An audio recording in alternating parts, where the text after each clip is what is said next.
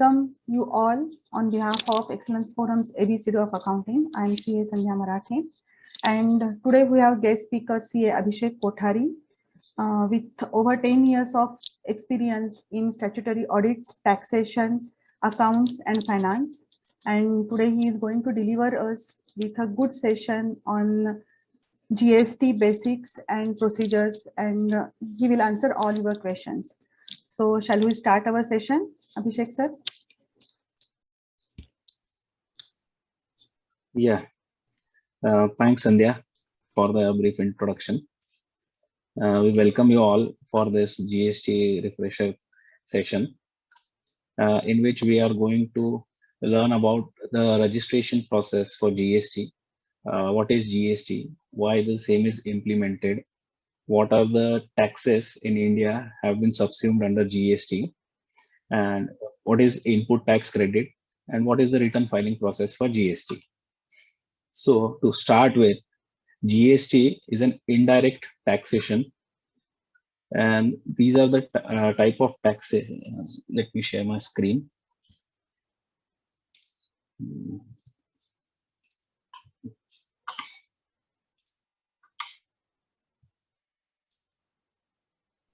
Sorry to interrupt, Abhishek. There is one comment that sound is not clear. So is it clear? Is it audible now? Hello? Hello. Sorry? Is it clear now? Is it audible now? Yes, ma'am. Okay, okay. Okay. Let me share my screen.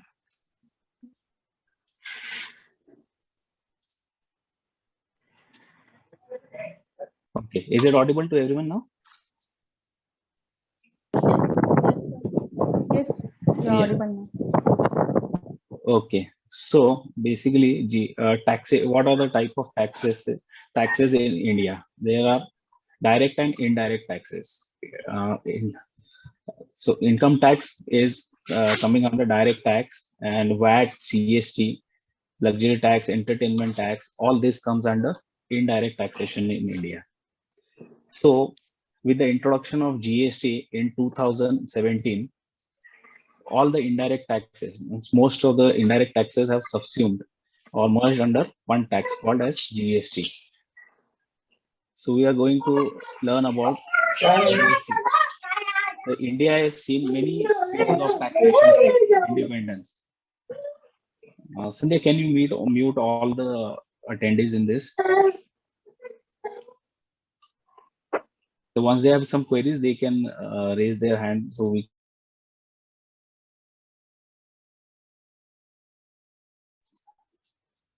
Okay.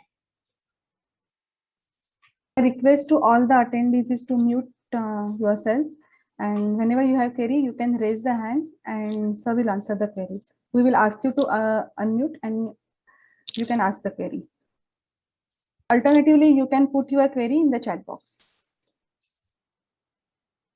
Okay, thank you. So the major source of collection for the government is through direct taxes and indirect taxes in India. You can see on the screen that the government collection was 20 lakh crores, 20.83, approximately 21 lakhs crore, out of which around 11 lakh crore comes from various direct and indirect taxes. Indirect taxes means the taxes charged on goods and services.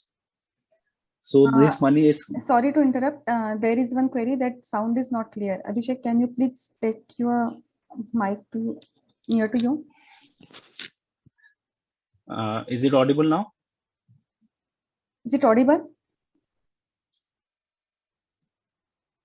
Yes. Check the settings. Let me increase the volume also. Okay, is it audible? Yes. Okay.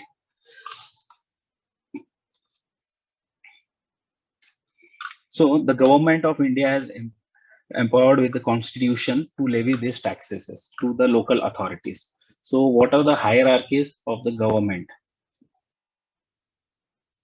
First is the central government, second is state, and the local bodies. These are all the bodies who levy the taxes in India. So there are two types of taxes levied in India. One is direct tax and other is indirect tax.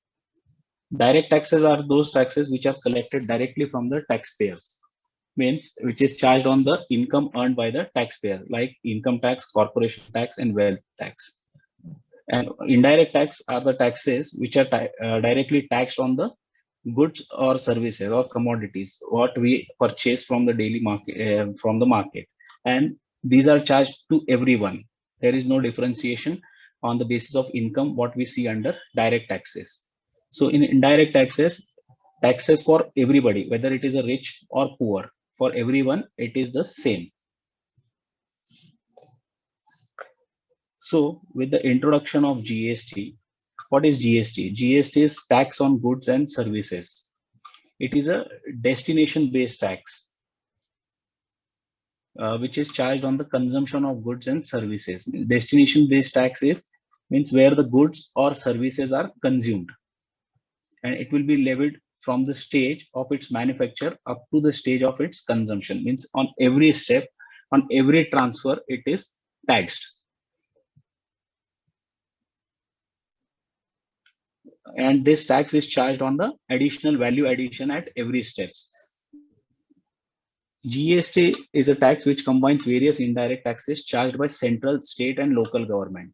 It is a comprehensive indirect tax on manufacture, sale, and consumption of goods and services throughout India to replace taxes levied by central and state governments. Means whenever the goods are manufactured and it is transferred from one person to other, the tax is charged on the basic value, and GST is charged by central and the state government in equal ratios under CGST and SGST.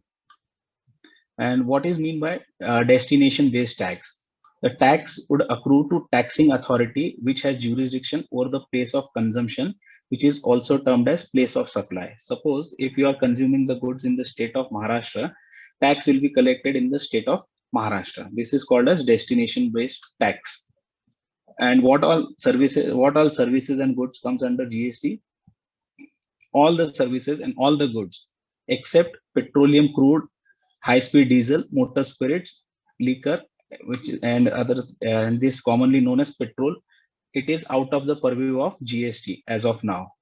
Maybe in future it will also come under GST.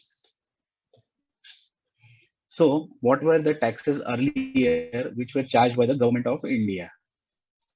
So these are the taxes which were earlier, such as central excise, additional excise duty, customs duty, excise duty under some other acts, special duties, service tax, VAT, central excise tax, entertainment tax. These all taxes have now gone, and which is merged under only one tax called as GST.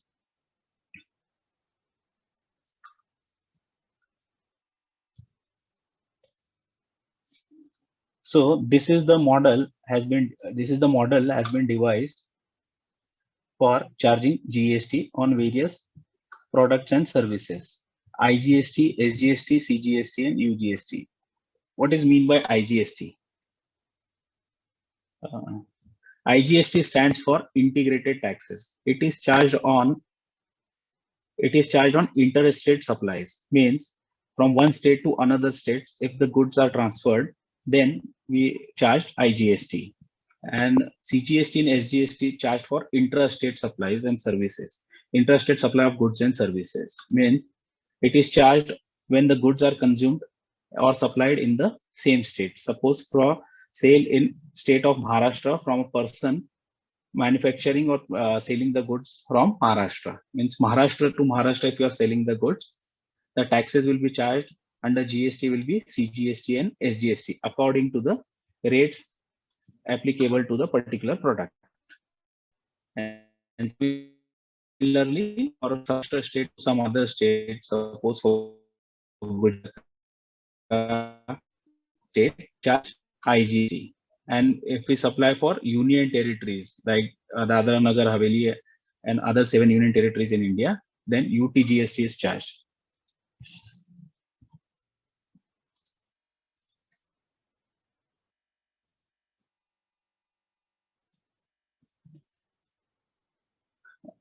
to whom GST is applicable, who all are required to get registered under GST. All the persons who are doing any kind of business or providing any services during the financial year and their turnover exceeds 40 lakh rupees. And for some special category states, special category states are those states which are northeastern states like Assam and other northeastern states. So there the limit for supply of goods and services for registration purpose is 20 lakhs for the financial year. So any person doing the business and exceeding the turnover of rupees 40 lakhs, he needs to get himself registered for GST and start charging GST on the invoices raised. Other one, if your turnover is supply of only exempted goods or services which are exempt under GST, though if you are crossing the turnover of 40 lakhs and you are supplying the goods which are exempt, means which are not taxable under GST, or some services which are not taxable under GST, then registration is not required for that person, though the turnover exceeds the prescribed limit under GST Act. And exempted goods are and exempted services like advocate services. Advocate providing some service, a specific exemption has been given under GST. So he is not required to get himself registered. And other persons, means earlier, before the introduction of GST, those who are registered under service tax, VAT, sales tax, any other act, so they need to get compulsorily registered under the new GST Act. And when the business is transferred to someone, then also he needs to take the registration.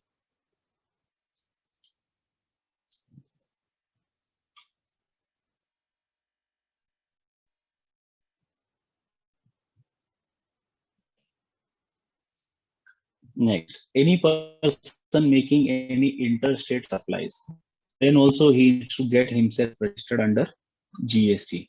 Means a person supplying material or services from one state to another, then he has to get his GST registration.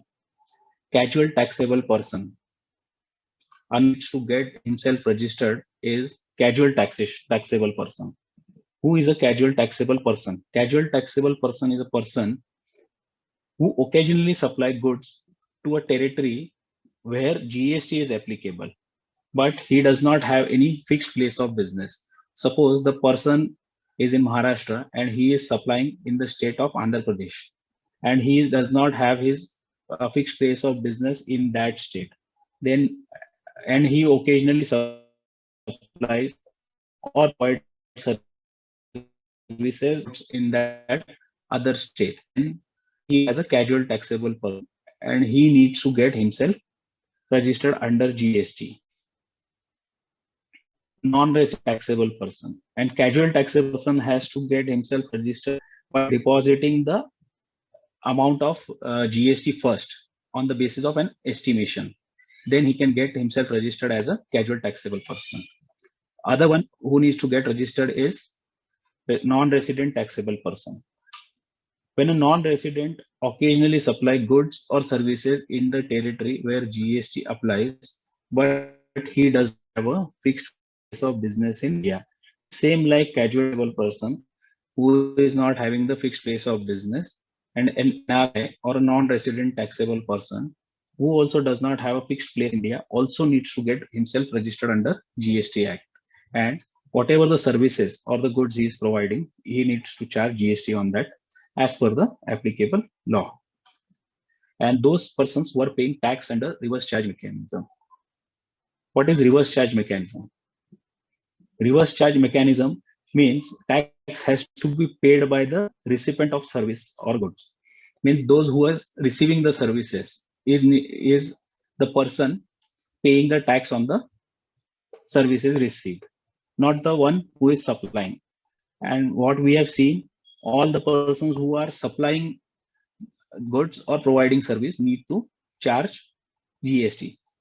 But there are some persons who are not required to get registered under GST, but that people supplying any services on that services, the person receiving the service are required to charge GST, such as the advocate providing services to some XYZ person. That XYZ person receiving services of an advocate, he has to charge GST and pay it to the government. Any agent of a supplier, agents of supplier. So there are some suppliers who do business through their agents. So those agents who are working on the behalf of some suppliers need to get themselves registered under GST. Another person who is an input service distributor. What is an input service distributor? Input service distributor are those persons who are having an office of a supplier of goods or services which receive tax invoice on recipient of input service and issues tax invoice for the purpose of distributing the credit of CGST, SGST, IGST paid on the said service to their branches with the same PAN. What does that mean? For example, a person is having his registered office, say, located in Bangalore, and other branch offices in some other states like Andhra Pradesh, Gujarat, Maharashtra, etc. And they are buying some services on which GST is charged.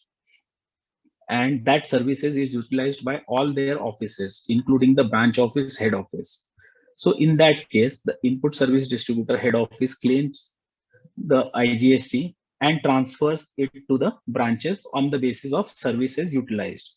Suppose if a service of rupees 100 is purchased and GST is charged on that, and all the offices, all the branch offices of a particular person utilizing that services equally, then the head office will transfer the GST input by raising an invoice to the particular branches in their service utilization percentage, so that they can claim proportionate amount of GST in their particular GST number, particular branch GST number. So these are input service distributor who distributes the amount of GST to the branches having registered under the same PAN number, so that it is equally transferred to the, it is transferred on the basis of the service utilized by the input service distributor. Other one who needs to get registered under GST is e-commerce operator or aggregator. E-commerce operators are like Amazon, working who are delivering, who are taking orders online. They need to get themselves registered. For e-commerce aggregator, there is no limit for registration. No 40 lakh limit is applicable. They need to get themselves registered from ₹1 sale only. So all the e-commerce operators, whether they are having turnover or not, when they are registered as an e-commerce operator, they need to get themselves registered for GST. And the person who supplies via e-commerce aggregator, though the person is having his own shop or his own service provider office, then also, and if he is providing the service through e-commerce operator, then also the limit of registration is not applicable to him, and he needs to get himself registered compulsorily under GST. So these are some of the persons who need to get themselves registered under GST. Other than these, to whom the limit is not applicable, they fall under the first category of 40 lakh rupees. Up to 40 lakhs, they can avoid GST registration. And after crossing the turnover of rupees 40 lakhs or 20 lakhs for some special states, all the person need to get themselves registered. Once registered, the limit is not applicable. It means it is not like that for first 40 lakhs, you will be exempt for GST, and for other than sales other than 40 lakhs, GST is applicable. Once you are registered, the GST has to be charged from the from sale of ₹1 once you are registered.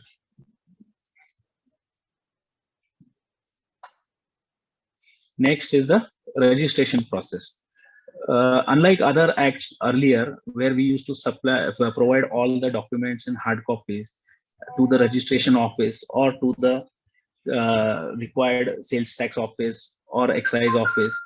In GST, they have compulsorily provided the services to they have compulsorily done registration process online, and it has to be done on the GST portal only. Anyone can go to the GST portal, register themselves for GST by providing the required documents. There are various documents provided for GST registration purpose. You have to fill in REG 01 form on the GST portal to get yourself registered. So these are the following documents. You need to keep all these handy. They have provided some specific size and scan copies or self-attestation things. You need to keep that ready to get them yourself registered on the portal. Aadhaar and PAN is mandatory for registration. Without PAN, you cannot get yourself registered for GST, because the GST number is based on the PAN number. And the proof of business is required. For companies, you need to have the incorporation certificate. For proprietor business, you need to have the address proof for proof of business, and other document required is the what you call Shop Act license, which you need to attach while going for the registration. Then identity proof of promoters or directors. These are the KYC documents required for the promoters or directors or proprietors, partners in a partnership firm or partners in LLP. All the documents like Aadhaar card, PAN card of promoters or directors is required to be uploaded on the GST portal to get themselves registered. And if you have more than 2-3 partners, you can add their names on the GST portal, or more than 2-3 directors, you can add them on the GST portal and select one of them as an authorized signatory to sign all the returns on behalf of the company or the partnership firm. Proof of promoters is required for proof of promoter and directors are required. Then you can choose any one of the directors or partners as their authorized signatory, and you need to submit some additional documents. Say for in the case of registration of some company, when you are authorizing some director as an authorized signatory, then you have to upload the resolution copy also. That means the company is authorizing so and so person for acting as a registered authorized signatory for submitting the returns and signing the documents on behalf of the company for GST purpose. Then address proof is very important. You need to add all the addresses of your business. Means if in a state, if you are having 4-5 offices or 4-5 different locations from where you are operating, all the addresses need to be updated on the GST portal, and for all the locations you need to add the proof of business. Means you are running so and so branches at so and so location, and all the documents need to be submitted and has to be acknowledged there. Any number of places you can add on that. Means suppose for Mumbai city, if you are having 3 locations, you need to add 3 addresses. Means on this particular 1, 2, 3, all these 3 locations we are having different places of business. Then bank statement or cancelled check. This is required for the registration purpose, from where your bank, from the bank, means this cancelled check will also do in case of bank, in place of bank statement. Bank statement is required for your account number or your address highlighting your business name. And if the cancelled check is not having all these details, then compulsorily you need to attach the bank statement. Otherwise, if the business name is pre-printed on the cancelled check will also do.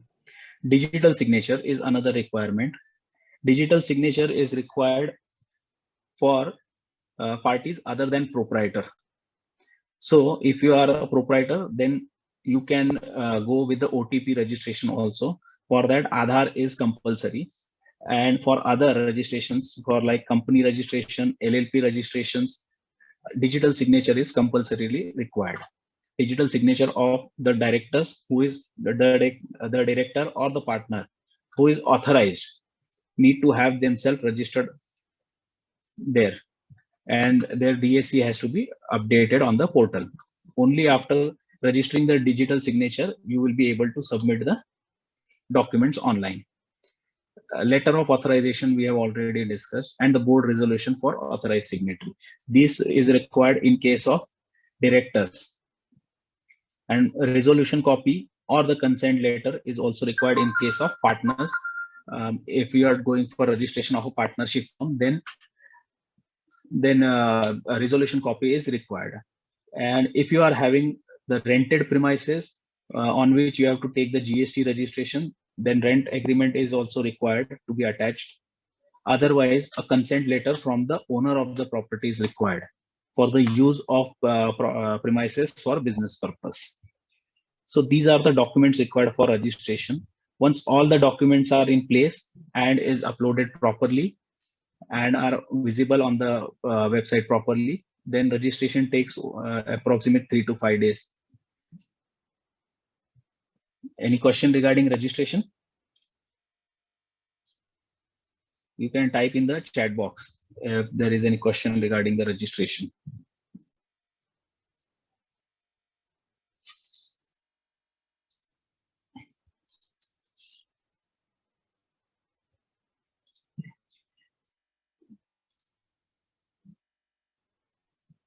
Sandhya, chat box. Yes. Yeah. Okay. So. Okay. If anyone has any queries or questions, you can put those in chat box, and we will definitely resolve it. Okay. So next comes is features of GST.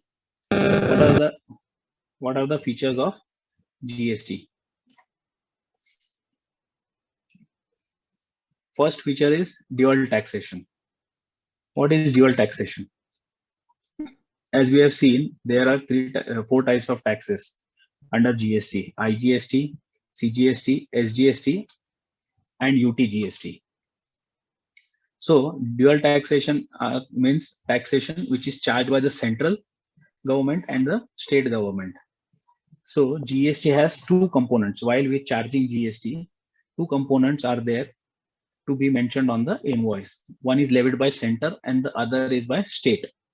The rate, whatever category it falls under, means whatever the category of rate it falls under, you have to divide by 2.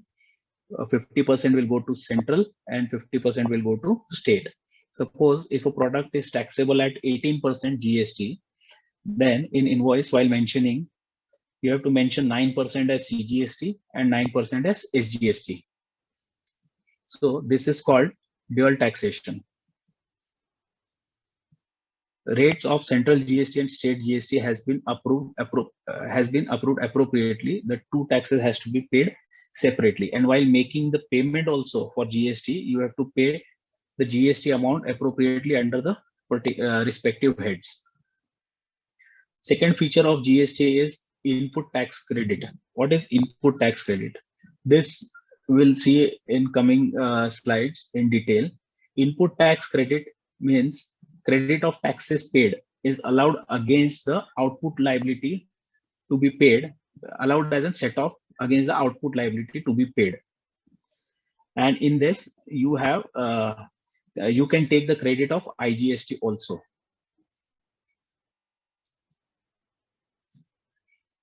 Tax on value addition on goods and services. What is this feature?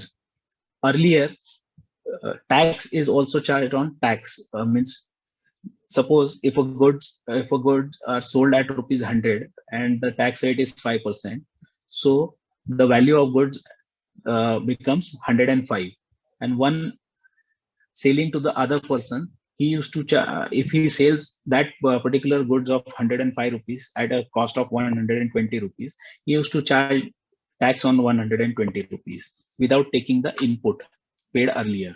So to avoid this, in GST, tax is paid on only value addition of goods and services. GST is levied on the value added at each stage of economic activity throughout the supply chain. Whatever is value added at every step. On the value addition only we have to charge GST, not on the entire amount every time.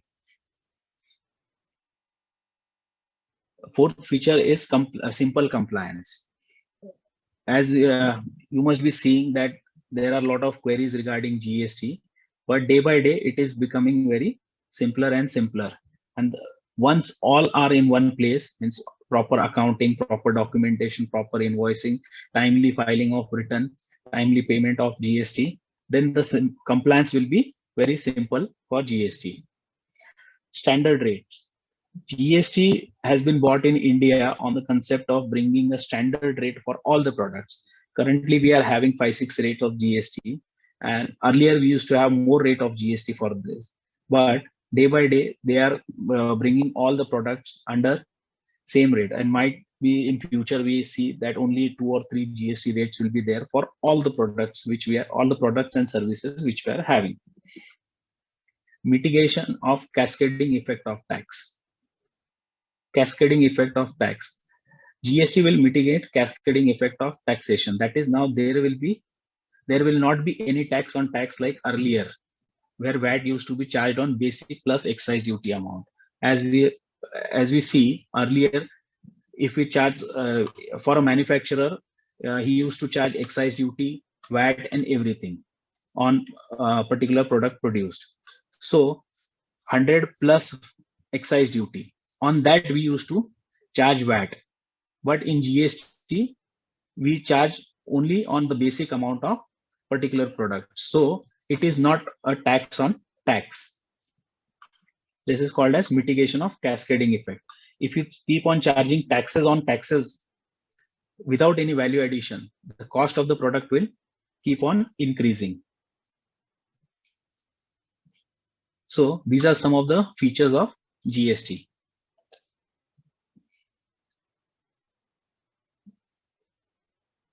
This is a pictorial graph of how the tax is charged. You can see this table. State 1, suppose if you take state 1 as Maharashtra, then and recipient is also in Maharashtra. Supplier of product or service is in the state of Maharashtra, and recipient of product or service is in state of Maharashtra.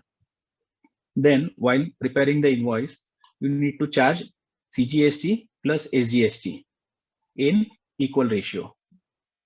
Means 18%. If the goods fall under 18% category, CGST will be 9% and SGST will be 9%. Second scenario is this.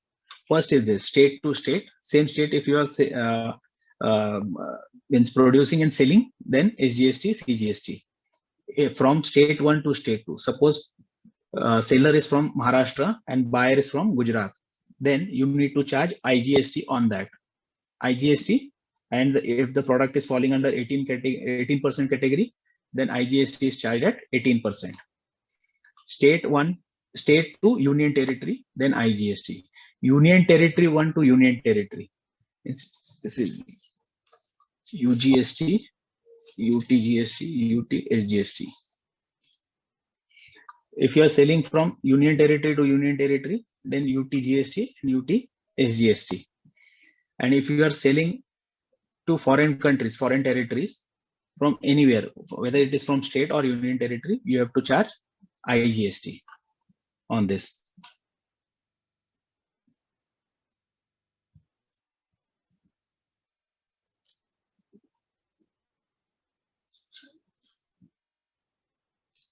What is aggregate turnover?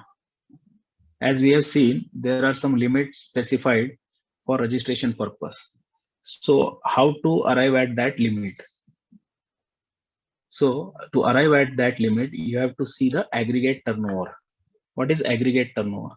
Aggregate turnover comprises of all this, whether it is a taxable service, export, exempted, or interstate. Only if you are supplying exempted product, then you are not required to get yourself registered.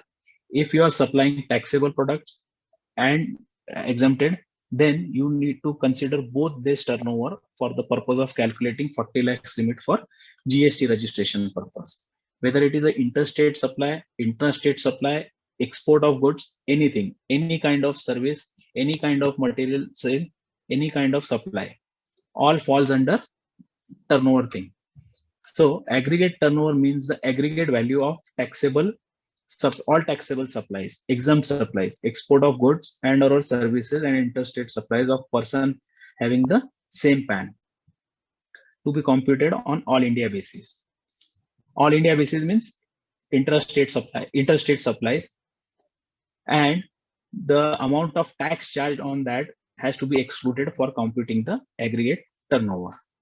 So if any tax has been charged, then it is not to be considered for turnover purpose to calculate the limit of 40 lakhs or 20 lakhs for registration purpose. Aggregate turnover does not include the value of inward supplies on which tax is payable by a person on reverse charge basis and value of inward supplies. So if any purchase is done or any service is received on which you are liable to pay reverse charge, then that thing will not be considered as aggregate turnover for your turnover purpose. Means that is only for the purpose of paying reverse charge, but it has to be excluded from the turnover part. Means while paying reverse charge, you will be showing that thing as turnover in your returns, but it is not your actual turnover because you are paying GST on that purchases as on the basis of reverse charge. Hence, it is not to be treated as your business turnover. Only thing, whatever the materials supplied by you or the services provided by you or the goods or services exported by you are to be considered for turnover purpose.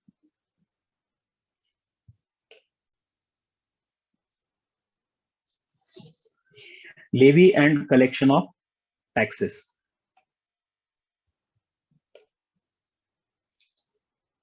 Currently, we are having various rates for a variety of products which falls under these categories: 0%, 0.25%, 3%, 5%, 12%, 18%, and highest is 28%. So in 28%, there are very few goods which fall under this category. Most of the goods are falling under 5, 12, and 18%. Services falls under 18%. Majorly all the services, whatever services, be it a professional service, be it some contractor service, majorly it falls under 18% category only. Some of the products which are falling under 28% are cement, car, tobacco. Some of the exclusive products that also falls under the higher tax rate category. Cess is applicable on a handful of goods like luxury car, tobacco, and pan masala.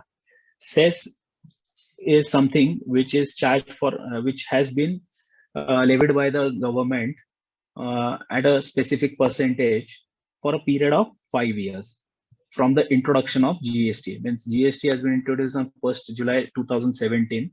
From that, it is applicable for a period of 5 years. Maybe government will come up with some notification whether they will cancel or not, and that depends on the future. But up till 2022, it is applicable.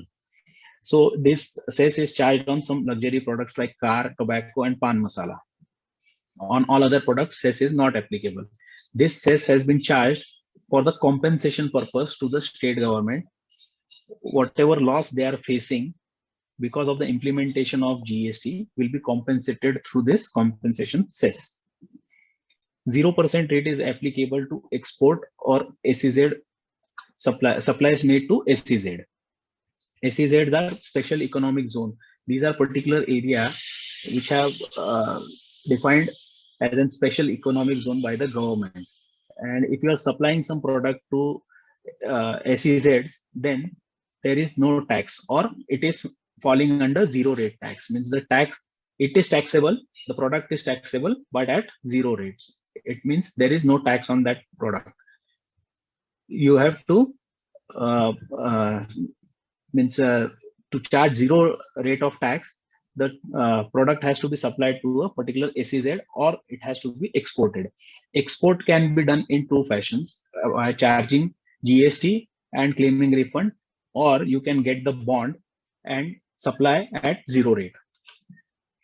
0.25% is charged for rough diamonds and 3% GST is applicable to gold. So these first three rates, 0%, 2.25%, and 3%. There are very few products which fall under these categories. All the major products or services fall under 5, 12, and 18%.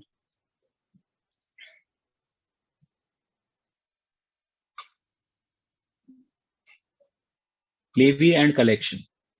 What is levy? Levy means charging of GST and collection of GST. So CGST and SGST to be levied on all intrastate supplies of goods and services. It is charged only on intrastate supplies, means within the states, except on alcoholic liquor for human consumption, and to be paid by every taxable person. Means every taxable or every registered person who is collecting GST has to pay it to the government under this particular heads. When he's selling, when he's doing some intrastate sale, he has to collect the GST under this particular head only. Intrastate sale cannot be charged for IGST. Liquor is kept out of the purview of GST. Hence, GST is not applicable on liquor. GST is still under VAT, and petrol, which is also coming under VAT.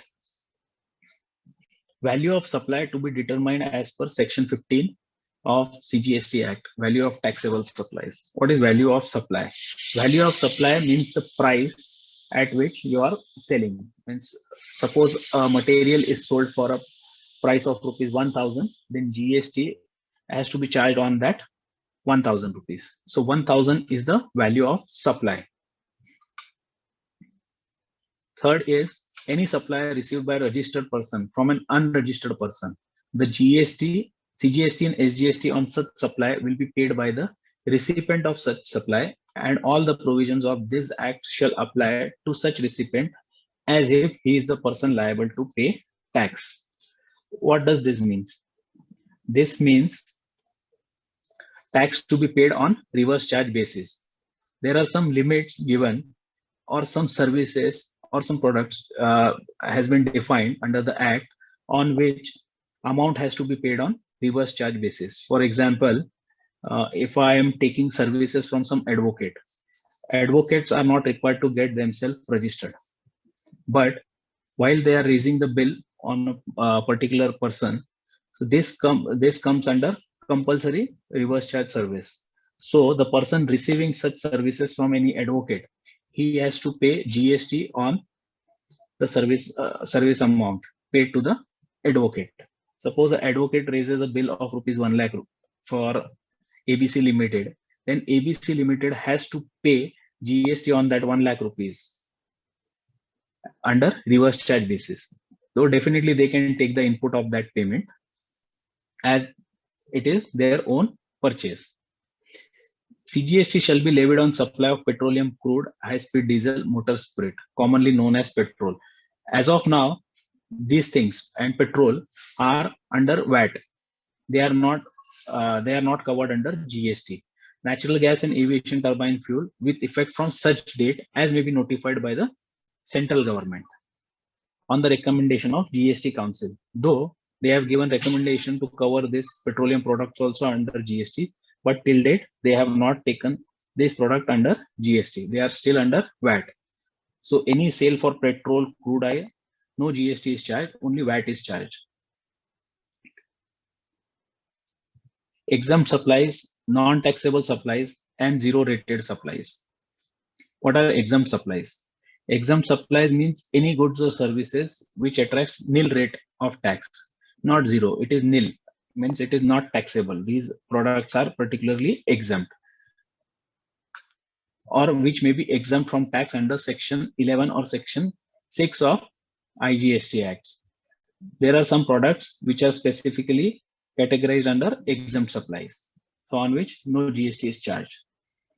Next is non-taxable supplies, means a supply of goods or service which is not liable to tax under this act or IGST Act. Non-taxable supplies are supplies on which no tax is applicable under GST. So if you are having only sale of non-taxable supplies, then you are not required to get yourself registered. Zero rated supply Zero rated supply means any of the following supplies of goods or services. Though you are having total your sales as export, which is zero rated supplies. It means you don't have to collect any GST on this, but still you need to get yourself registered if you cross a particular limit of turnover. Suppose if your export of goods crosses 40 lakh rupees, you have to get yourself registered, though you are not charging anything and collecting anything. But this export of goods constitutes aggregate turnover, then you have to consider the turnover for registration purpose. And once getting your registration done, you need to start filing your returns for export of goods also. Supply of goods and or services to SEZ developers or an SEZ unit. This also comes under zero rated supply, but for aggregate turnover purpose, you have to consider this. Time of supply. As per section 12(2) of CGST Act, time of supply of goods shall be earlier of invoice or payment. You have to define the time of supply. What is your time of supply? Accordingly, you will be charging GST on that. So what is the time of supply? Generally, we use when we supply, we raise the invoice for a particular product. Hello, you're getting the voice, Namrata? Hello, Sandhya, am I audible? Yeah, okay. So time of supply, actual date of issue of invoice by the supplier.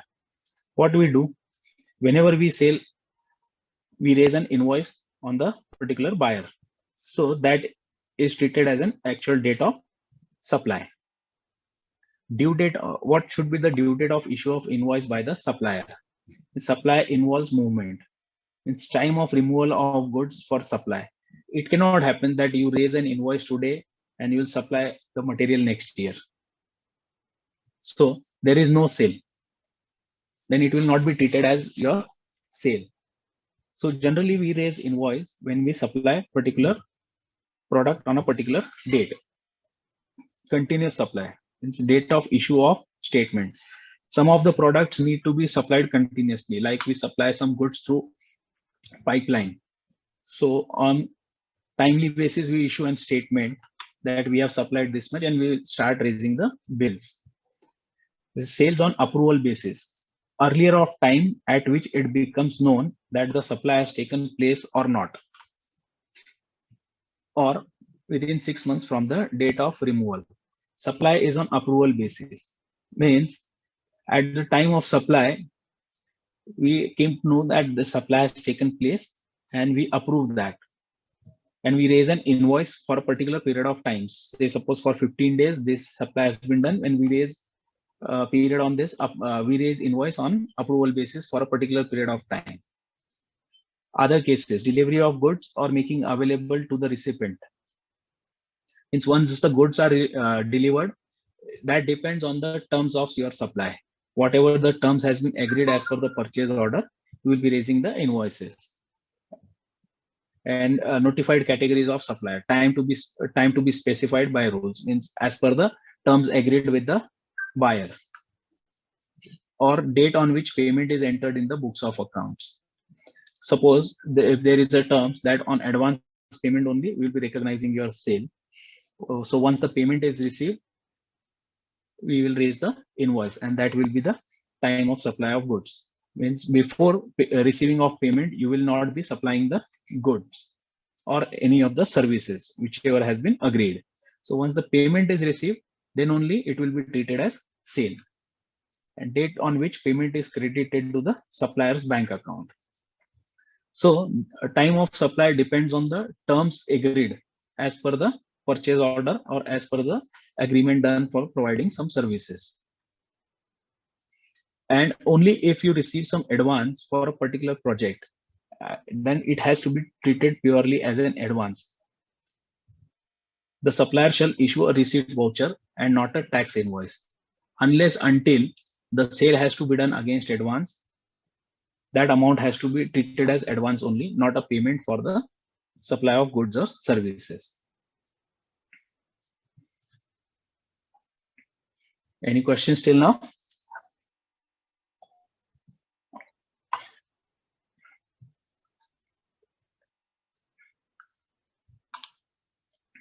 Concept of input tax credit.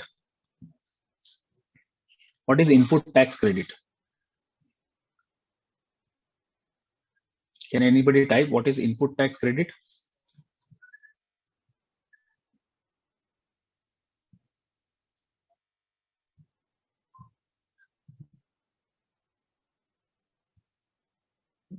Anything?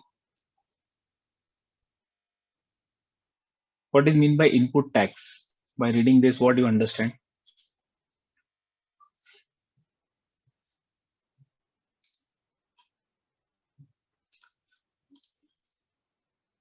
Okay. Input tax credit. Input tax in relation to a registered person means who is a registered person, who is registered under GST, who has taken GST registration. Means the central tax, state tax, IGST, integrated tax, or UGST, Union Territory tax charged on any supply of goods or services or both made to him, and includes IGST and service tax charged on import of goods. Any tax paid under reverse charge mechanism, RCM, under CGST Act, IGST Act, SGST Act, or UGST Act, but does not include tax paid under the composition levy. Composition levy we'll see later on.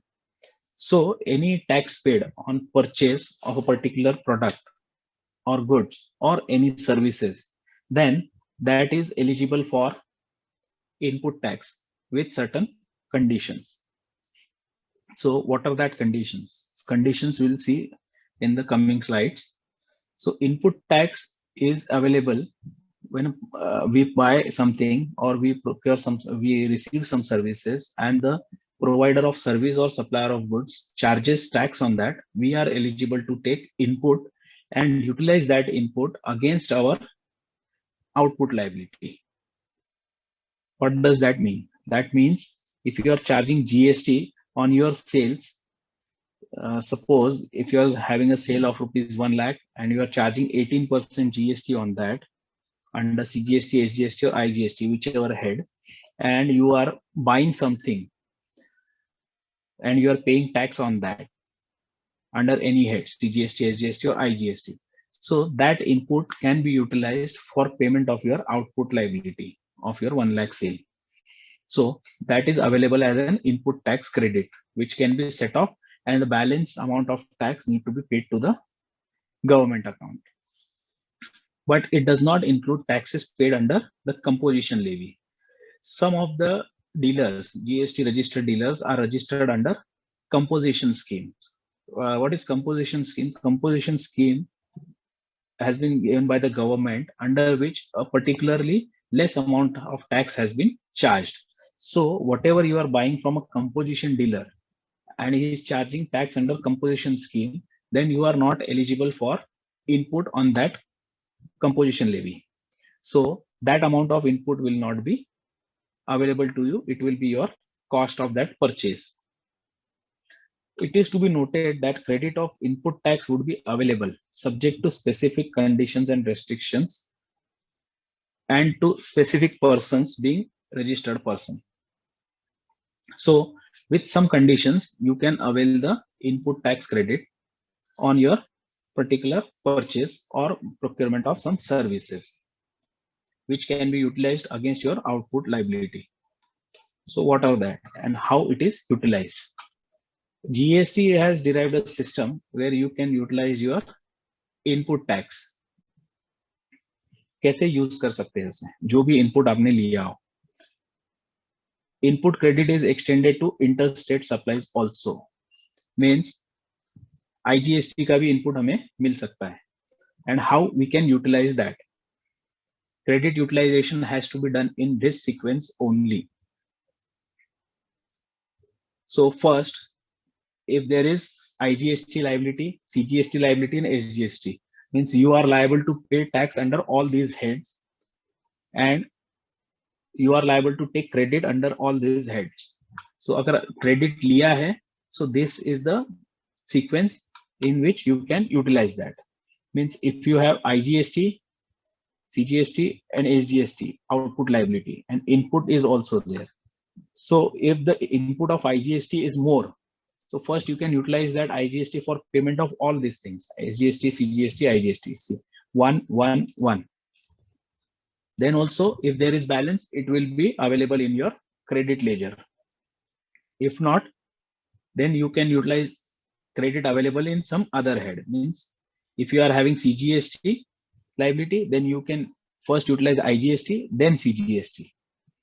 If CGST cannot be utilized for payment of SGST, and SGST cannot be utilized for payment of CGST, but IGST input can be utilized for payment of CGST and SGST in this particular manner.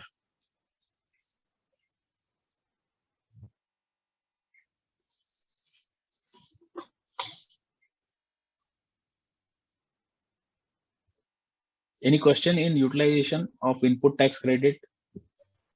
Somebody has raised hand. So I think. Hello. Yes. Hello. I would like to know this in case of export. Yes. Engineering design software. On the software, in for purchase of software. Yeah. I have paid GST. So whether I can claim input tax credit against the export on the licensed software. You have purchased a software, means you have imported that software. Yes, licensed software. No, not imported, it's locally purchased from the agencies, and I have paid GST on that. Okay. And now I have exported the engineering services for in the international market. Okay. So how can I claim the input tax credit? So on the export supplies, whether you are charging GST or not? No, that is not to be charged. No, means there are two things. One, whether you are supplying against bond, or whether you are supplying with payment of duty and claiming refund on that. Yeah, LUT against LUT bond. So you are not charging GST on your supplies. No, not charging GST. Means it is taxable product, and you are not charging and supplying under LTU. LUT bond. Second, export is not chargeable. Means you cannot. And that the purchase what you have done, you can take input for that. Yes, you can take input.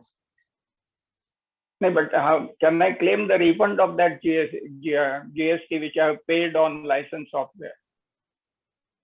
No, but you have purchased that indigenous. The refund is on export thing. You can utilize that input for payment of any other liability. Means if you are doing some domestic sale for IGST, CGST, SGST, then you can utilize that input credit. Okay. Okay, I can. Okay. But what means the software is purchased for what purpose? It is just buying and selling purpose? For export only, engineering design services. Okay. So you have purchased that software and you are selling that software to some foreign country. No, we are not selling the software. We are selling the output of that software, engineering design services in the export market. Okay. Means based on that software, you are providing some service. Yes, right. So you can claim input on that, or otherwise you can. If it is your capital asset, you can capitalize that GST also. No, but what I understand on computer hardware and licensed software, to claim the input tax credit, there is a condition that it should be exclusively used for the export of services corresponding to that use of the software. So you are using that software exclusively for export of service purpose only, for deriving that engineering services. Correct. Yeah. So there are two options. It is depending on the accounting procedure what you follow. It is used for business purpose. You can definitely take input on that. Otherwise, you can capitalize and claim depreciation on that. So in your case, you can definitely take the input for IGST or CGST, SGST, whatever is paid on the purchase of that software. And you, my point is, Act clearly says that you can claim the input tax credit provided it is exclusively used for export of services. So if I'm using domestically, if I'm providing any services or some assembled machine or something, then it is, usage is for dual purpose. One for export, one for indigenous usage. yeah. Then I'm violating the condition that it should be exclusively used for export of services. Even personally use, I cannot use that software. No, for personally, if you are using, you will see in that next slide. If you are using it for personal purpose, then no input is allowed on that software. If it is used exclusively for your business purpose, then you can definitely claim input for that. Okay, but you are saying since export there is no GST or something, I'm not claiming any taxes. Then again, it is not like that. Export is totally exempt. Export are chargeable to tax, but you are supplying your services against LUT bond. Then the tax rate is to be charged at zero. Means there is right. It is without payment of tax. So if you pay tax on that, you can claim refund for that definitely. Or you don't pay tax and don't claim refund for that. No, but then I am not getting input tax credit on licensed software. Suppose if I'm not charging on export. No, but it is two different things. We can show that this software has been purchased and it is used for the business purpose. That is why we have taken the input credit on the particular software. Yeah. And this export of service doesn't relate to that. We are utilizing that software for providing some services or for providing some drawings and designs of engineering nature, which can be done only by utilization of that software. That is used for, if you cannot claim input when the product is exempt, because you have to forego that input available on the percentage basis. If you are providing 100% exempt service, then there is no use of claiming input, because as per the rule, you have to reverse that input taken on the basis of taxable and non-taxable goods. Okay. So you are providing this service is totally taxable, but you are supplying this service against LUT bond at zero rate. You can take the input. You can take the input and utilize the input against some output liability. Domestic supply. Whatever, जो भी जिसमें अगर आपका output liability आता है तो आप उसके अगेंस्ट में यूटिलाइज कर सकते हैं. अगर आप टोटली एग्जाम सेल का सप्लाई करते हैं, so there is no use of taking input on any of the product, because you have to forego the input accordingly on the basis of percentage of taxable sales and non-taxable sales. Okay, I got your point. Okay, thank you. Yeah, okay, welcome. So in this manner, you have to utilize the input tax credit for particular heads.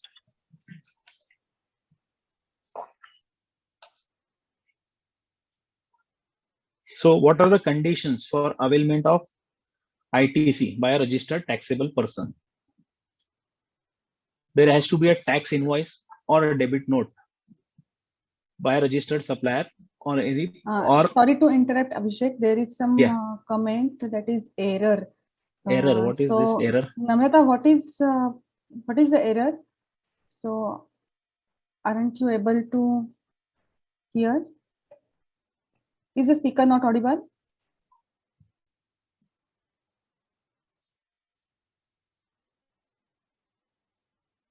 Okay, Abhishek, we can continue. Yeah. Is the speaker audible to everybody? So conditions for availment of ITC. There has to be a tax invoice which will define that you have purchased or you have received some services. Means goods or services has been received. And tax has been actually paid by the supplier to the credit of appropriate government account, either in cash or by utilization of input tax credit. If the taxes have been collected and not paid to the government, then you cannot claim the ITC on that.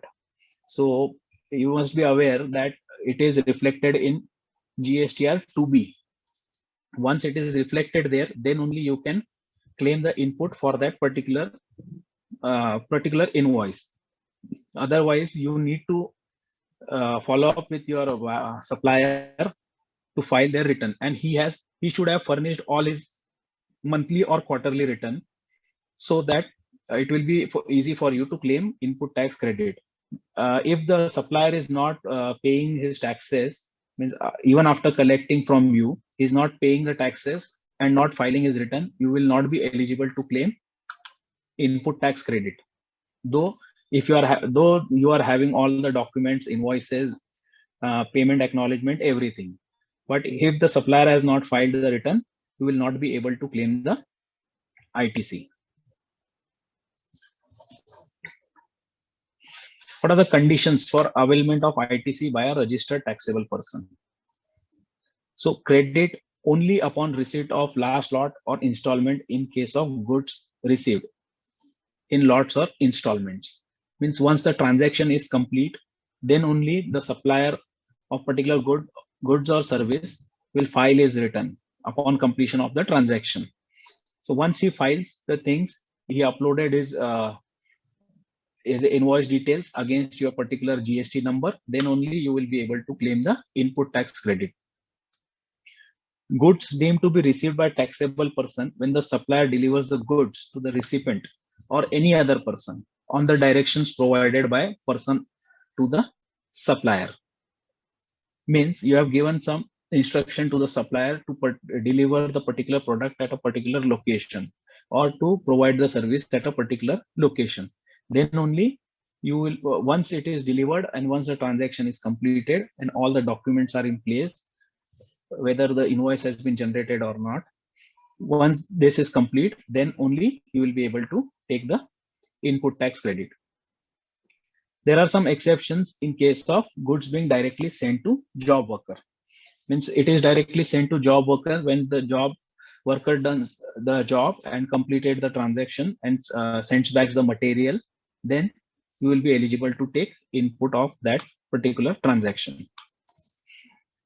If the recipient of service fails to pay, means this condition is for the recipient of service. Means once you are buying something and if you are not paid to the supplier for a period of 6 months or 180 days, then on that particular invoice, if you have taken input in your books, then that needs to be reversed and it has to be paid with 18% interest for the delay, because you are not eligible to take input of that particular invoice because payment for taxes has not been done by you or not paid by the recipient to the supplier of service or goods.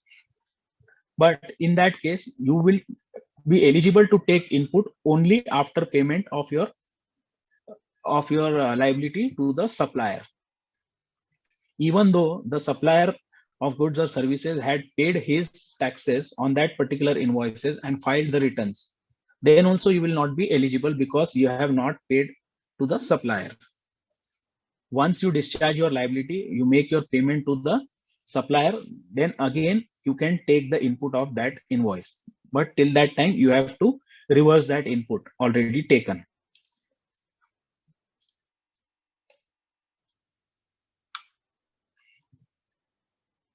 ITC on the basis of use of inputs. See, if you are purchasing anything or purchasing any product or services for your business purpose, then ITC is available. If you are purchasing for any other purpose, like for personal use, though if you are paying from your business account, then also it is not eligible for input tax credit because it is specifically purchased for personal consumption. So input will not be available in that case. And some other conditions are also there. Input means any goods other than capital goods used or intended to be used by supplier in the course of furtherance of business. If you are buying something for furtherance of your business, means by using that product, you are producing something for sale in further sale, then you are eligible to take input for that particular purchase. For all other purchase other than related to business purpose, input tax credit is not available. Input service means any service used or intended to be used by a supplier in the course of furtherance of business. It's job work service means you procure some material, you sent it for job work or some for refurbishment, then you call it back and use for producing some product. Then on that job work charges, whatever GST has been paid is eligible for input tax credit.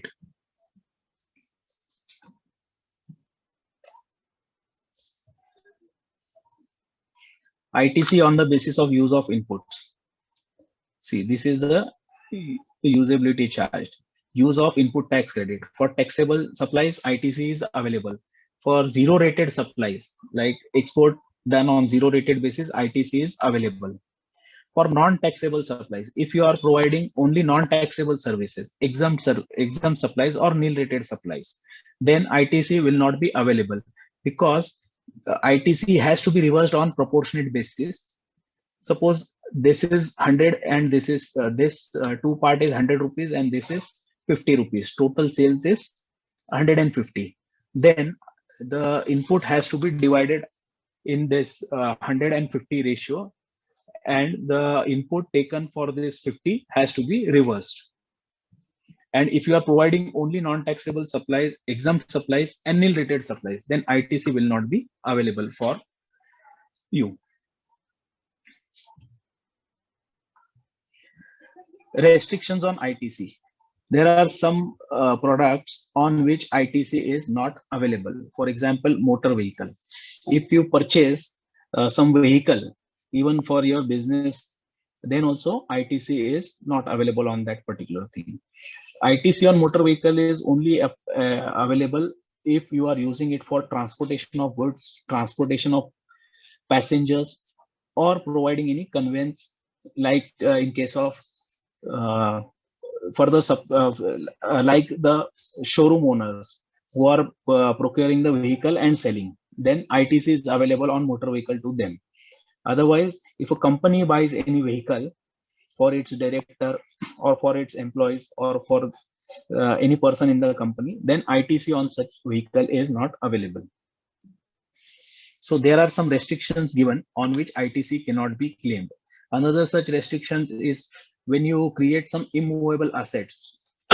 So creating some capital assets or constructing a building for factory purpose, then also ITC on that particular construction material purchase is not available. Construction material purchased by a builder, then ITC is available to him. If some factory owner or a private limited company constructing factory building or office building for their factory use, then ITC is not available on such purchases. And construction material ITC is available for factory person only when he is procuring that material for creating the foundation to install some plant and machinery. Then only on that building material purchase ITC is available. Otherwise, it is not available.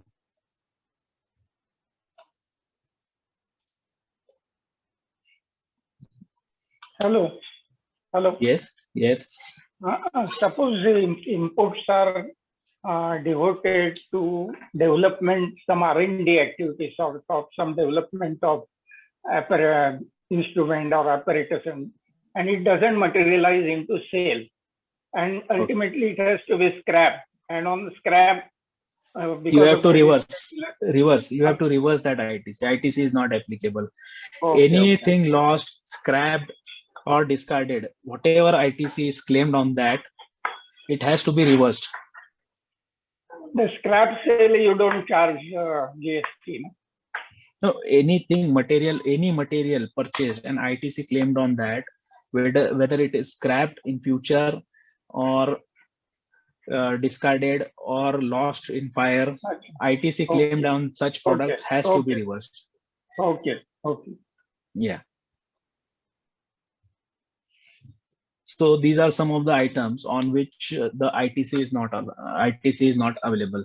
Means membership of club, they charges GST on such membership charges, but ITC on that is not available. Like health and fitness centers, travel benefits given to employees, we pay GST on that, but it is not available. Life and health insurance, there are some conditions, and it is when it is paid and it is as per the government regulations, then only ITC is available, otherwise not.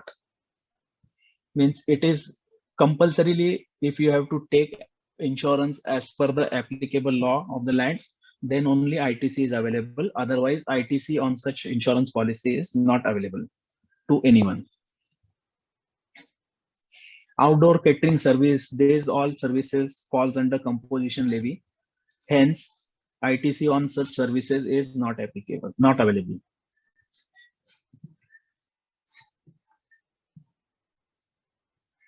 So the person covered under composition levy, no ITC is available for the buyer. Goods or services both received by non-resident taxable person, then also ITC is not available. Material procured for personal consumption, no ITC. Goods lost, stolen, destroyed, written off, or disposed of, or by way of gift or free supplies, then also ITC is not available. Some of the goods purchased, the question which was asked, it is used and but not materialized as a sale and destroyed or discarded, then ITC has to be reversed. Any tax paid in accordance with the provisions of, means on the basis of fraud, seizure, or confiscation, whatever ITC is claimed has to be reversed. Construction of immovable property other than plant and machinery, this we have discussed. On construction of any immovable property, ITC is not available. Means whatever is purchased and GST paid on such purchases of goods or services, it has to be charged as an expense in the profit and loss account. It will be your cost to the company, and input cannot be claimed on such services.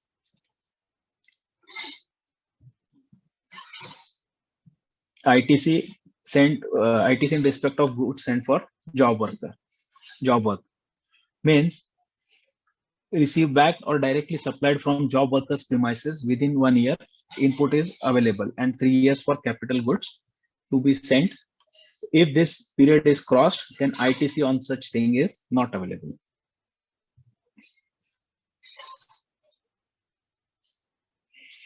So this is the ITC thing, and next comes is GST return filing process. So there are various returns prescribed by GST Act, which needs to be filed at particular period or particular interval of time. So what are the returns need to be filed under GST? So any person who is having turnover of more than 1.5 crore rupees, he has to file his GST-1 on a monthly basis. And what are the due dates for the same? 11th of every month is the due date for filing of GSTR-1. When the GSTR-1 return is filed, any B2B sales, means when you are selling to a person, another person who is also registered under GST, then that sale need to be declared under B2B tab, so that it can be easily available on his GSTR-2B to claim input tax credit, and vice versa for both buyers and sellers. Those who are required to file GSTR on quarterly basis, the due date is 13th of the next month of the quarter ending. Suppose the quarter is ending on 31st March 2021. The return filing date for GSTR-1 is 13th of April for the person who are having turnover less than 1.5 crore. There is an option to opt for quarterly filing or monthly filing on the GSTR portal. If you are opting for monthly filing, then the dates has to be as per monthly filing due dates. If you are filing for quarterly basis, then due date will be applicable on the basis of quarterly due dates of filing of return based on your turnover. After filing GSTR-1, you need to file GSTR-3B. GSTR-3B is a summary return where you need to pay your taxes. And when your turnover is more than 5 crore rupees, GSTR 3B needs to be filed every month. And the dates are 20th of every month. And for less than 5 crores, it is 22nd and 24th of your next month. These two dates are for some states which has been which have been given separate due dates for filing of returns. Some of the states like Maharashtra, which comes whose due date falls under 22nd, and some northeastern states whose due date falls under 24th of the quarter ending. So these are the due dates for filing the GSTR 1 and GSTR 3B.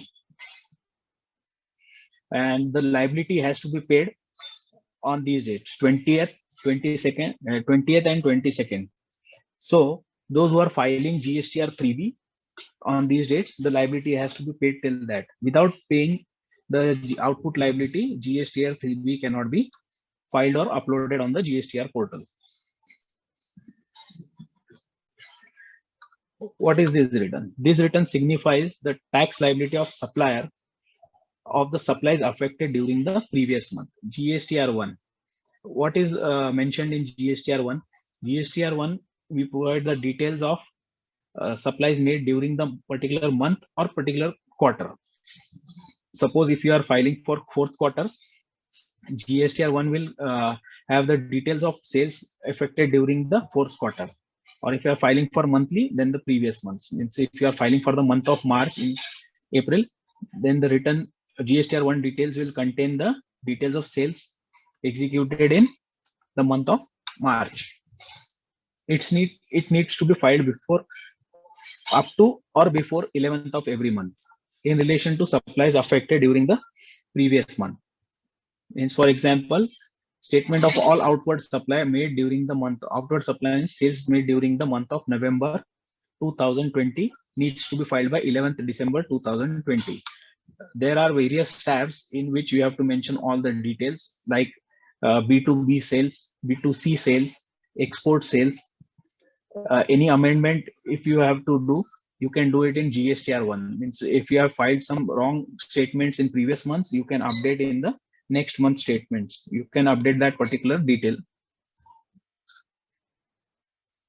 GSTR 2A. This is an inward supply detail. Once some supplier files his GSTR 1, then it is reflected in our GSTR 2 return. This return and from where you can check your input tax credits on the invoices which are eligible for input. It is an auto-populated from GSTR 1 filed by the corresponding suppliers.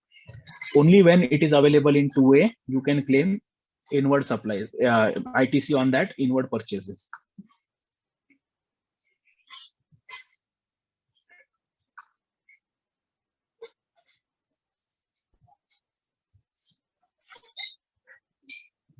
If the supplier has not filed his return before till 11th of the particular month, whether it is quarterly or monthly, it will not be reflected in your 2A, and the input of the same cannot be claimed. It has to be claimed once he files his return.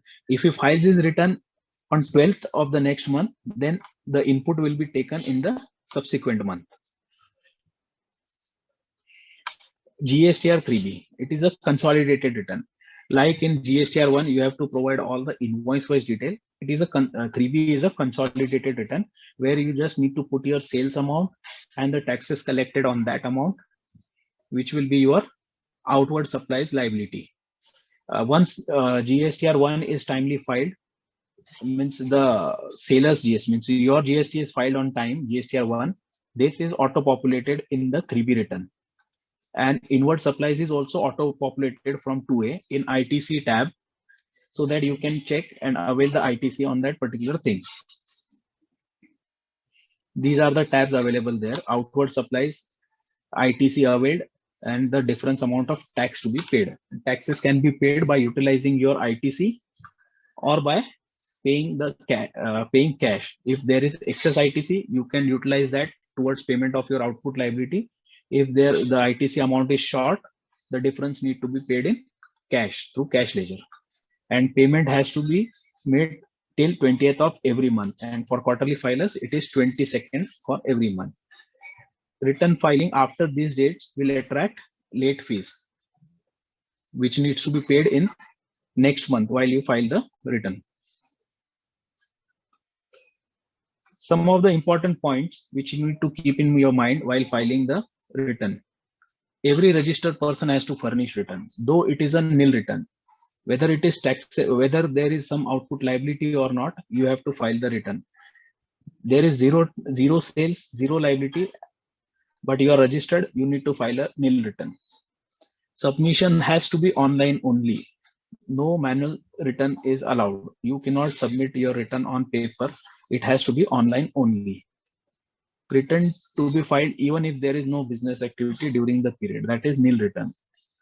If you don't file nil return, later on it needs to be filed, then the penalty will be charged.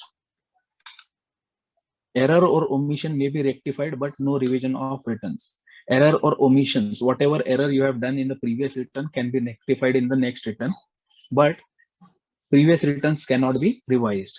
If you by mistake, if you have entered sales more, you can adjust in the next month's return, or you can rectify that. And if you have some invoice which needs to be entered into B2B or B2C, you have done it vice versa, then also it can be rectified in the next return. All the rectification can be done in GSTR1 under various tabs provided for amendment purpose. B2C invoice wise only transactions means if you have some sales to the unregistered persons and the transaction is more than 2.5 lakhs and is interstate, then it has to be shown separately. HSN code or service accounting code has to be mentioned. From April 2021 onwards, HSN codes and SSC codes has been made mandatory. It needs to be entered while filing your GSTR1. There is a separate tab, and these HSN codes needs to be mentioned on your invoices also. Separate tables are there for debit note, credit note, and ISD or TDS. GST, TDS, these are applicable to government suppliers or government buyers. ISD we have already discussed. Debit note, credit note raised has to be separately shown under respective tabs. Returns, common e-returns for CGST, SGST, UGST, and IGST. For all this, there is only single return form, that is GSTR1 and GSTR3B. Shall not be allowed to furnish a return for a taxpayer for a tax period if the return for any previous period has not been filed. If you have not furnished the return for month of February, you cannot file the return for the month of March unless until February is filed. And rectification of any mistakes done for the previous period can be rectified till September return of the next year. And if you do not file return for a very long period of time, or in Act it is given for 3 consecutive months, then they suo moto the GST officer cancels the registration. There is a late fee for filing. If there is some tax liability and you are filing late, then 50 rupees per day, it's 25 rupees under CGST and SGST has to be paid for the return. Or if there is a nil return, then 20 rupees per day. It's 10 rupees in CGST, SGST needs to be paid for each day of delay while filing the return. And this can be paid in that particular month also, or it is auto calculated by the system while filing the next month's return. Once any number of days delay will be auto calculated by the system, and that late fee has to be paid in the next subsequent month's return. Otherwise, return will not get uploaded. Recently, the government has introduced a new scheme, QRMP scheme, that means quarterly return and monthly payment. These are for small taxpayers, means who cannot maintain all the data and who cannot file the returns on regular basis. So they have introduced a scheme, QRMP, for them. Under that scheme, one can opt for quarterly filing. Again, that person should have turnover of less than rupees 5 crores. Then he can opt for quarterly filing of returns. In that, he does not have to file the GSTR1 on monthly basis. It can be filed on quarterly basis, but payment has to be done on monthly basis. There are two options available. Either you can calculate your liability based on your transactions, or there is an auto-populated thing which calculates the liability on the previous quarter's filing. Suppose if you have paid 1 lakh rupees as GST in the previous quarter, then 35% has to be paid equally in 3 installments in every month. It has to be paid into if you say if you have paid 1 lakh rupees in the third quarter, means October to December, then for January to March quarter, 35% you can pay in the month of January, 35% in February, and rest amount of liability can be set off in the month of March. And the registered person who intends to file his 3B quarterly should indicate his preference electronically. Means if you are eligible for this QRMP scheme, and if you want to file under QRMP scheme, you have to go to your GST login and you have to select there online that I am eligible for this, and we want to submit our returns on QRMP basis.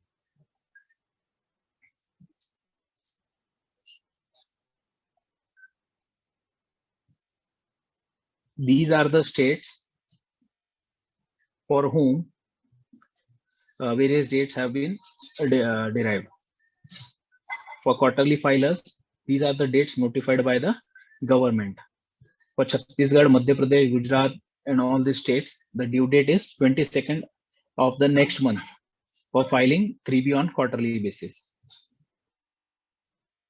For Jammu Kashmir, Ladakh, Himachal, and other states, the date is 24th of the next month.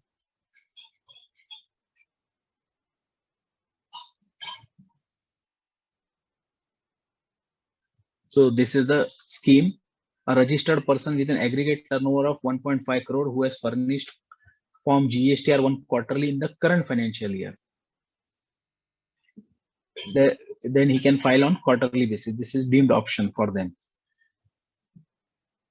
If a registered person with an aggregate turnover up to 1.5 crore who has furnished GSTR1 monthly in current financial year, then he has to file on monthly basis only.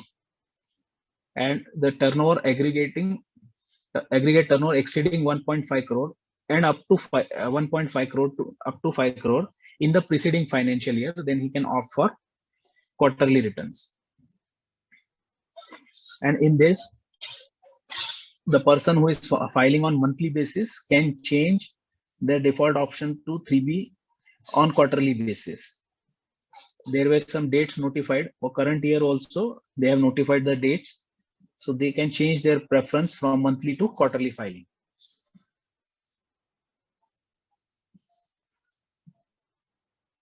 So this is all about the return filing process. Any question relating to this?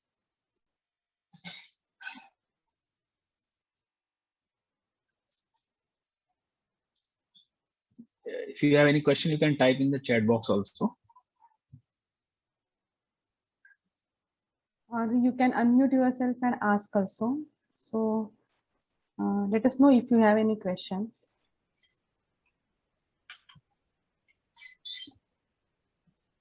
If you are comfortable in speaking in Hindi or Hindi, you can go ahead with that. Hindi में भी चलेगा, आप पूछ सकते हैं. Hello. Yes, somewhere I had read that regarding this reconciliation audit or something, in this budget, they had said they are doing away with that. And then CA's community, they are taking objection to that. So what is the issue exactly? Certification is for GSTR 9C. Earlier, they have made it compulsory that GSTR 9C has to be done by a chartered accountant. So in this budget session, they have removed that thing. So GSTR 9 has to be filed compulsorily, and that is the responsibility of the registered person only. And GSTR 9C, they have waived off that thing, Audit. audit thing. Yeah. Okay. But they have not come up with some guidelines. They have just given in the budget that they have removed that thing. Means no more audit is applicable, but you have to file 9C also. Okay. So only the certification thing has been removed. So the debate is on that only.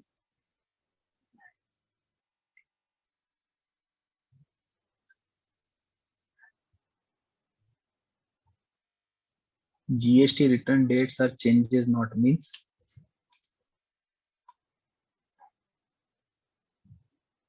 Which dates?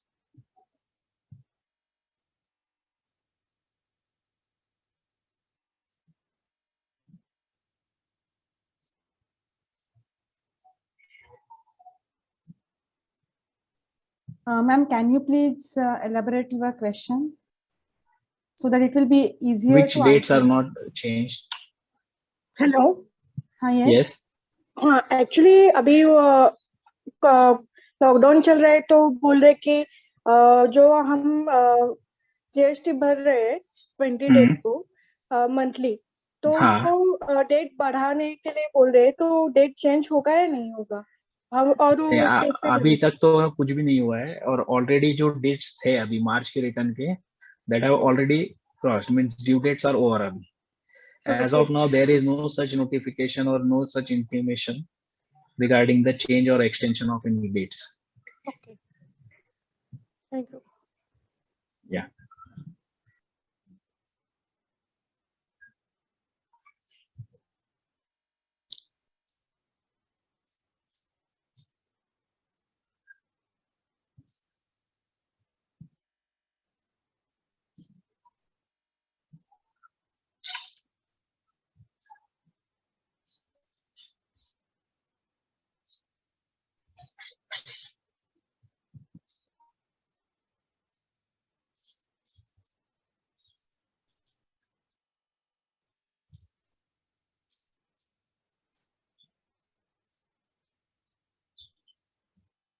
So does anybody have any queries? You can ask.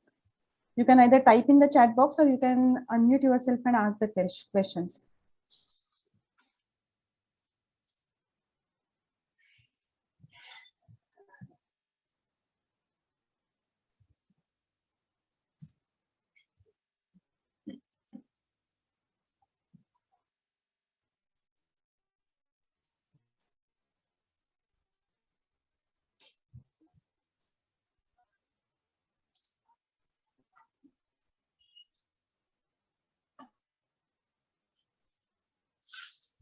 Okay, so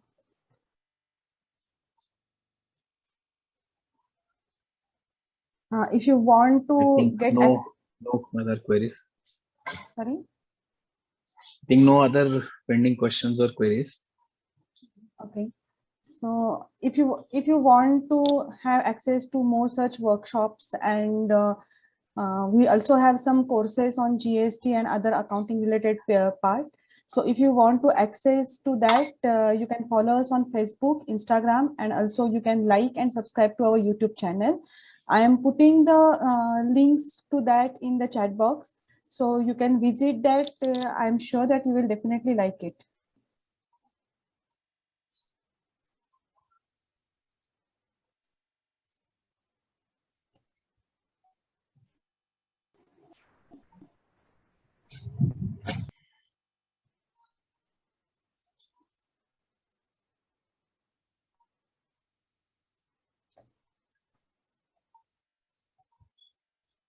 Those who have missed any part of this workshop, we will be soon uploading it on our YouTube channel, so you will get to hear or listen to whatever the part you have missed.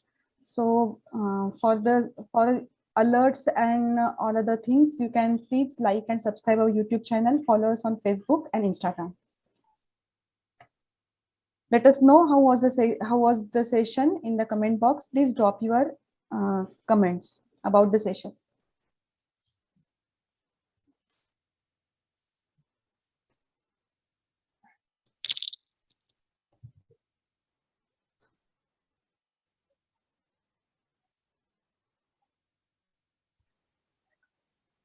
Thank you, Mr. Kataria. It was an excellent presentation. It was quite helpful. Thank you very much. Okay. Thank you, sir. Thank you. So I hope you have got the basic insight into GST, and all the basic queries of your relating to GST have been resolved.